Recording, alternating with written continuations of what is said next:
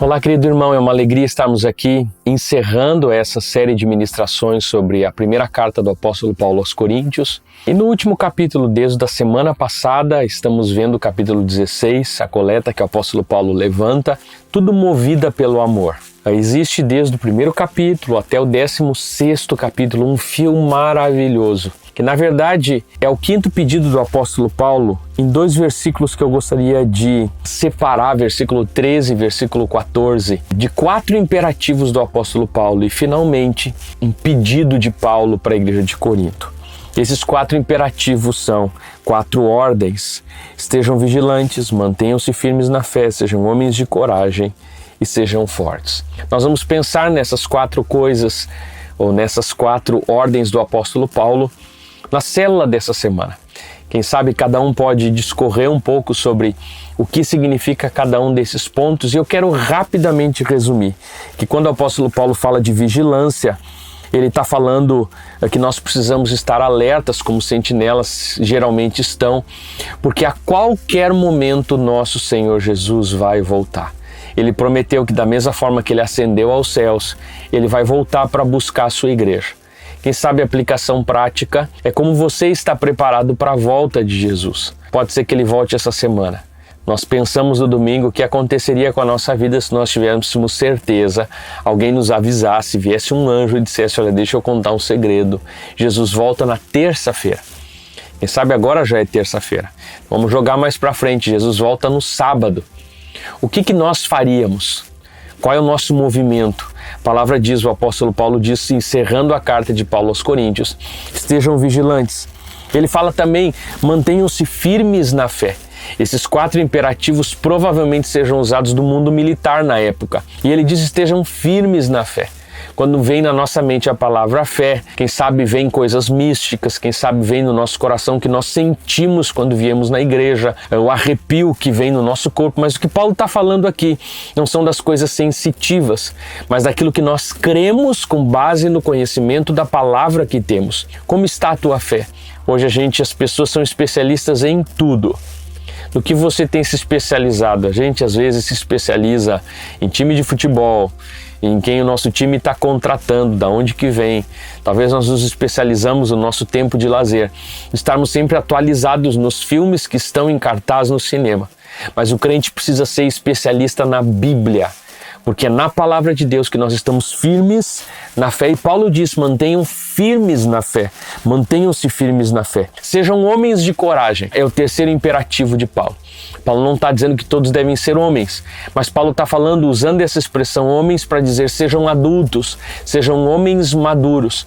Ali em Efésios tem um texto paralelo, Efésios 4, do 14 ao 15, que diz: o propósito é que não sejamos mais como crianças, levados de um lado para outro pelo vento de doutrina, ou jogados para lá e para cá por qualquer vento de doutrina, ou pela astúcia e esperteza de homens que induzem ao erro. Antes, seguindo a verdade em amor, cresçamos em tudo naquele que é a cabeça, Cristo.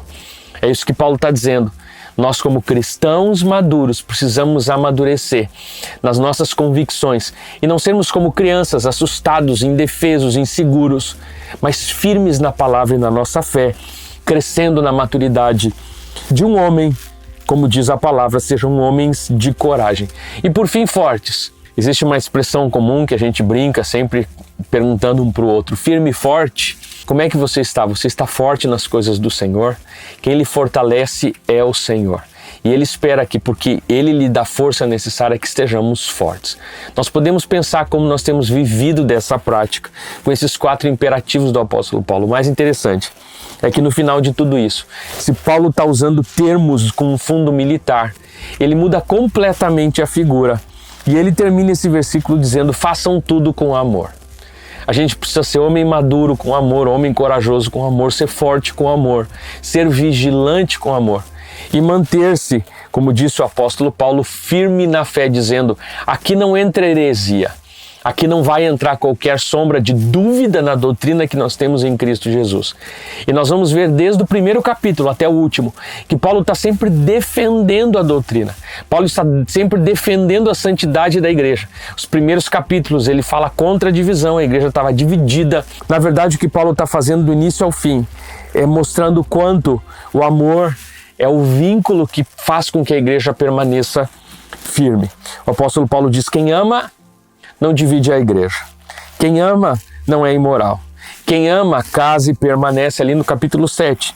Quem ama abre mão da sua liberdade, ali no capítulo 8 e no capítulo 9. Quem ama respeita a igreja e a ceia do Senhor, capítulo 10 e capítulo 11. Quem ama usa os dons para edificar, pensando no outro, em amor, capítulo 12 até o capítulo 14. Capítulo 15, quem ama espera a ressurreição. E o 16, quem ama cuida dos necessitados. Esse era o propósito da oferta, da coleta levantado pelo apóstolo Paulo. É dessa forma que Paulo nos ensina a viver como igreja.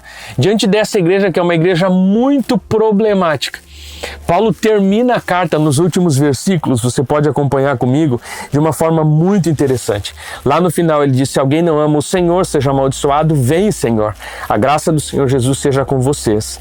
E ele diz no versículo 24, a última recomendação, as últimas palavras do apóstolo Paulo. Acho que se eu estivesse escrevendo essa carta para uma igreja tão problemática, eu diria: irmãos, se vocês não colocarem em prática essas recomendações, cuidado, porque vocês vão estar longe dos caminhos do Senhor e vão desagradar a Deus.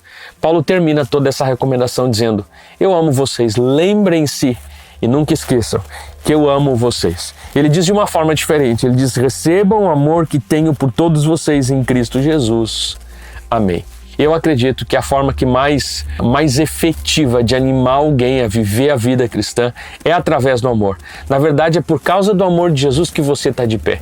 Na verdade, é por causa do amor de Jesus que eu estou aqui podendo falar para você. E a quem muito foi perdoado, muito perdoa. A quem muito é amado, muito ama. E Paulo ama muito essa igreja problemática. Assim como eu e você somos amados. Quem sabe meio problemáticos, como essa igreja de Corinto.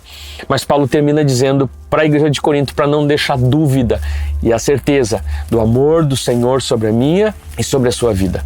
Paulo aqui está dizendo para os coríntios, quem sabe ele poderia estar dizendo para você: receba o amor que eu tenho por todos vocês em Cristo Jesus. Amém. Que o amor de Deus, que é o fio condutor desde o primeiro capítulo até o último capítulo de Corinto, possa ser também o fio condutor da tua prática de vida cristã, a maneira de exortar, de se preocupar com os teus irmãos, de levantar a pureza da igreja, a unidade da igreja e colocar em prática tudo que o apóstolo Paulo nos ensina com firmeza, mas com amor. Que Deus te abençoe.